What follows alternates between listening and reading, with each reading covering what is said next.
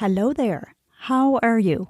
You clicked on this, so I'm thinking you're either feeling a bit overwhelmed, stressed, or tired, or maybe you just got through a period of time when you felt maxed out, and now you want to know how to maneuver it in a more nurturing way the next time. Welcome to episode number 12, where you will get some doable tips for when physical and mental rest seem impossible. I'm sharing what I'm literally doing right now in real time. So if I can do it, then so can you. Hi, I'm Clarinda, and you are listening to the Feel Light Mind and Body podcast, created for women like you. Women who are experiencing success in so many areas of life, but are struggling with weight loss, stress eating, and decreased energy. Losing weight can feel hard, heavy, and restrictive.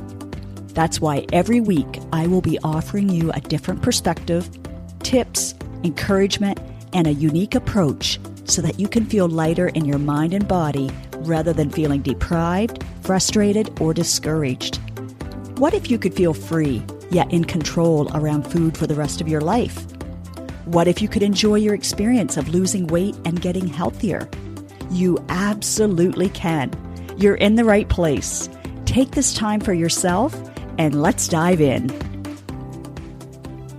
If you've been listening to these episodes in order, you probably know that I just closed the doors to my Feel Light Mind and Body program last week. And FYI, if you click the link in the description, it will add you to the wait list so you can get first dibs when I start the 3-month program again. This course launch takes a lot of time, mental work, and energy that I love. But I'll be totally honest that during this time, I had a lot of other personal stressors to deal with as well.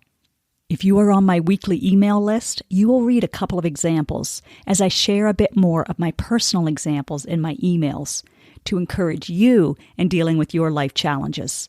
And if you aren't on the list, well, come on, join us. You're missing out, and that's not cool for you. So I will also add the link for my short but powerful weekly newsletter in the description. So I guess I know that when you finish this episode, where your next step is going to be. You're going to check it out. Okay, I shared that to preface that January has been very full, and my brain immediately gave me two polar opposite choices. 1, shut down, curl up under the covers, and ignore life. Or 2, hustle, and you can rest after you've written your recertification life coach exam, after you've completed the suicide prevention course, or drove 4 hours up and back to help my mom with the big emotional and physical transition. She's in an assisted living retirement home, and there's just some big changes happening.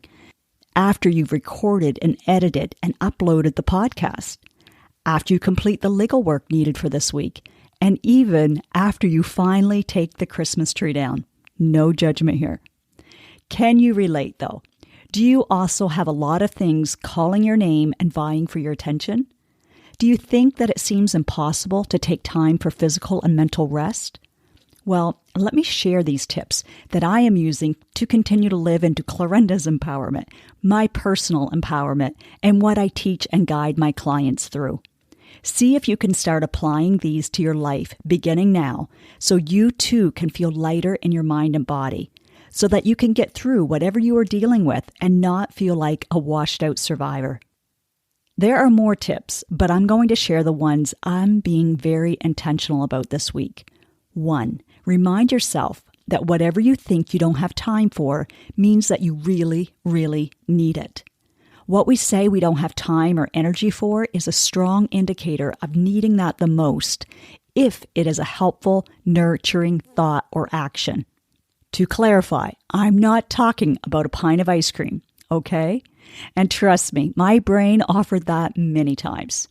No, I'm talking about a supportive one. For example, when I am tempted to skip my morning routine because I have too much to do, I know it's going to kick me in the face later. When I skip it, I notice a decrease in productivity and less enjoyment in what I'm doing by about mid-afternoon, if not before. When I take the time to clear my mind of old ways of thinking and then fill it up with appreciation and gratitude, I just do better because I feel better. Spending time in journaling, prayer, meditation, visualizing my day, and some form of movement is an essential practice for me now. This is doable because when I am time pressed, I can feel good about following my minimum goal and being okay with knowing I will get back to my maximum goal, as this too shall pass. And by the way, I've received a lot of appreciative messages and thank yous for offering you that new way of looking at your goals in episode number 9. So I encourage you to check it out for inspiration if you missed it. It's titled, Why Declarations versus Resolutions Give You Results. Number 2, you might not be able to change your circumstance, your situation. And if you can change it, by all means do so.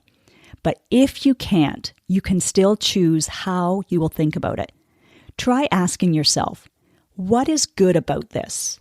If we don't give our brains something constructive to look for, it will keep looking for more evidence to why it's so hard, and evidence to prove that we don't have time to give ourselves any form of rest. I'll go first and give you an example to follow. When I answer this question, I write it down. Yes, I write it out because writing stimulates the right side of your brain, which is more intuitive and creative. I think you'll agree that we need any extra boost we can tap into when we're feeling stressed. So the question, what is good about this? It resulted for me in, I am blessed to be able to serve others in this capacity as a life and weight loss coach. I'm thankful that my past self chose this coaching certification school, the Life Coach School, because it has high standards for excellence, and then I can serve others in helping them get doable and lasting results. Hence, I'll do the extra studying and write the research exam. I'm thankful that I created the Feel Light, Mind, and Body course, the Mastery Community, and now this podcast as a way to empower more women. Oh, and I'm going to be presenting to the New Brunswick Dental Hygienists Association next week. So that will be fun to meet the 80 to 100 people where they are at and offer them a new approach to managing their mindset to create a life that will feel lighter and more enjoyable. I get to do this. I don't have to, but I get to. You or I don't have to do anything really. Now, there are consequences if we don't, so I will pay my taxes on time as I don't want a penalty. But even that is a slight nuance in how I feel when I say it, or even think it. Thinking I want to pay my taxes on time feels better than, I have to pay my taxes. Try this out by thinking in this empowering way about your taxes, your work, parental role, or whatever you want to add, and just see if it feels a bit better. Number 3, don't wait until the end of the deadline or the end of the day to give yourself some relief. I know it feels like the only way possible, but hear me out. I've tried it that way, and I usually hit a wall and literally shut down for like 4 hours. That is less productive and very frustrating. Instead, I set alarms on my phone as I can get absorbed in a task and lose all track of time. Ideally, I like to get up every hour and move around, fill up my water bottle, take a few slow, deep breaths, make a cup of tea, jump or hop lightly in place, whatever. But I would be lying if I said I've done that this week. That would be an example of a maximum goal, my ideal goal. I've been following my minimum goal of at least 15 minutes for my morning routine, which has actually been longer, which I'm impressed with, and then have a mid-morning and afternoon break. And you guessed it, my brain says I don't have time, but I set the alarm for 10 to 15 minutes and close my eyes and lie down on the couch. And by the way, I am still missing my kitty. But I do lie there in silence, and sometimes I'll add soft music or a 10-minute guided meditation. Setting my alarm does 2 things. It keeps me on schedule so I don't create more stress for myself after, and it allows me to fully rest, knowing if I do doze off, my alarm has my back. If I have an evening coaching session, I make sure that I take an hour prior to the call to do other no-brainer things, like loading up the dishwasher, dancing around the kitchen to my motivational playlists, checking in on my mom, and sometimes even having a shower as a way to refresh and reset. I love to get outside, even if it's only to walk to the mailbox. Or this past week, it's been chipping away at some ice or shoveling a path on my back deck. If I decide it's too cold or I don't want to have hat hair for a Zoom session, then I simply stand in the sun, close my eyes, and feel the warmth on my eyes, my cheeks, mouth, neck, arms, and body. And just saying that, I can feel the warmth and I can feel myself just kind of settle down. These little actions accumulate in a beautiful release of stress and tension throughout the day and save a whole lot of absolute need that our brains will urge at the end of the day for relief, like big relief, totally zoning out and not processing the emotions to only then take them into a fitful sleep, or downing more wine or chips than you planned. That creates more mental and physical tiredness, making us feel that rest seems impossible right now. Finally, number 4. And I know, once again, I'm kind of cheating by calling it only 4 when I've shared so many tips, but I'm categorizing them into 4, so you can choose various options to try out. So, number 4, choose wisely about saying yes to anything extra that doesn't help you with your immediate situation. I've had to say no to some fun friend invites. Again, I remind myself that this is just for a short time frame, and if it is for an extensive amount of time, then I need to reevaluate my workload. Some things I have said yes to as it was at the end of a workday, and it was a motivating boost to be super efficient in my work in order to be done by that time. If it's a big chunk of time that you then have to work into the night to complete, then unless it's an emergency, I highly recommend you say no. In case you need a gentle reminder, it's okay to say no and still be loving and kind. Sleep has to be paramount. It's the biggest needle mover for sustaining energy and productivity for me, and I bet it is for you as well. I have to continually remind myself that it is a priority when I'm tempted to stay up longer to relax after an evening session. Yes, I give myself an hour or more to unwind, but I've learned to be deliberate in that so that it's effective rather than just numbing out. My long foam roller is my best free massage therapist and chiropractor wrapped in one. I added soft music and dim the lights to heighten the experience. That is what I mean by being deliberate. Instead of simply having a bath, I take 2 extra minutes to light some candles, plug in my lavender diffuser, and again enjoy the silence with my eyes closed and feeling the softness and the warmth of the water engulf me. Sometimes I listen to quiet music or nature sounds, knowing that I am activating my parasympathetic nervous system, known as the rest and digest division of your autonomic nervous system. At the end of the day, we all need more Zen in our lives. So think about what you are going to say yes to and what you are going to say no to. Another freeing change for me over the past few years is learning how to maintain my weight without having to exercise. Do you know how freeing that is?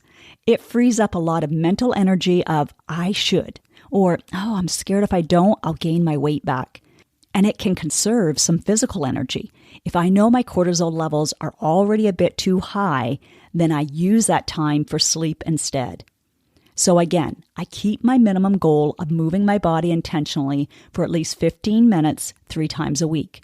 I can trust myself that I will go back to meeting my maximum 5 to 6 times a week, 30 minutes or longer, in the near future.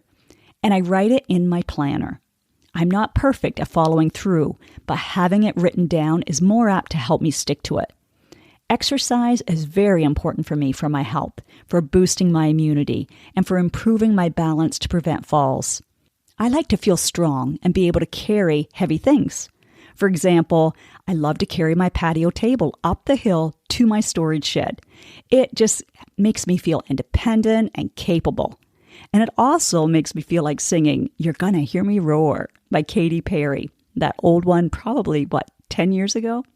Anyway, it still comes into my mind, makes me smile. I love that lifting weights is a preventative step for osteoporosis and that it can be a stress reliever if my mind matches the physical activity. I love knowing that when I get my heart rate up, it strengthens my cardiovascular system and keeps me young and safe for doing things like maybe even running in an emergency situation as needed. I know even at the airport, I've had to run to not miss a flight. That's actually saved me many times. Okay, I've got to stop. Let me recap the 4 tips. 1. Remind yourself that whatever you think you don't have time for means that you really, really need it. 2. You might not be able to change your circumstance, but you can choose how you will think about it. 3. Don't wait until the end of the deadline or the end of the day to give yourself some relief. Give yourself short breaks, even if it's a minute longer in the bathroom stall at work, to take 5 slow, deep breaths. 4.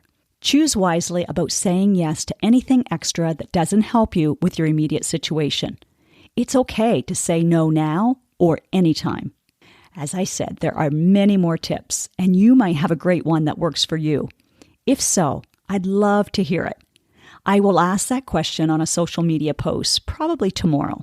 So watch for it and tag me in it, as I think it'll be fun and also helpful for others. I'll put my contact information in the description so we can be friends on Instagram, LinkedIn, or Facebook. So far, I've stayed away from TikTok. I guess I'm pacing myself, and really, I'm not even sure I want to go on. But if I do, I'll let you know.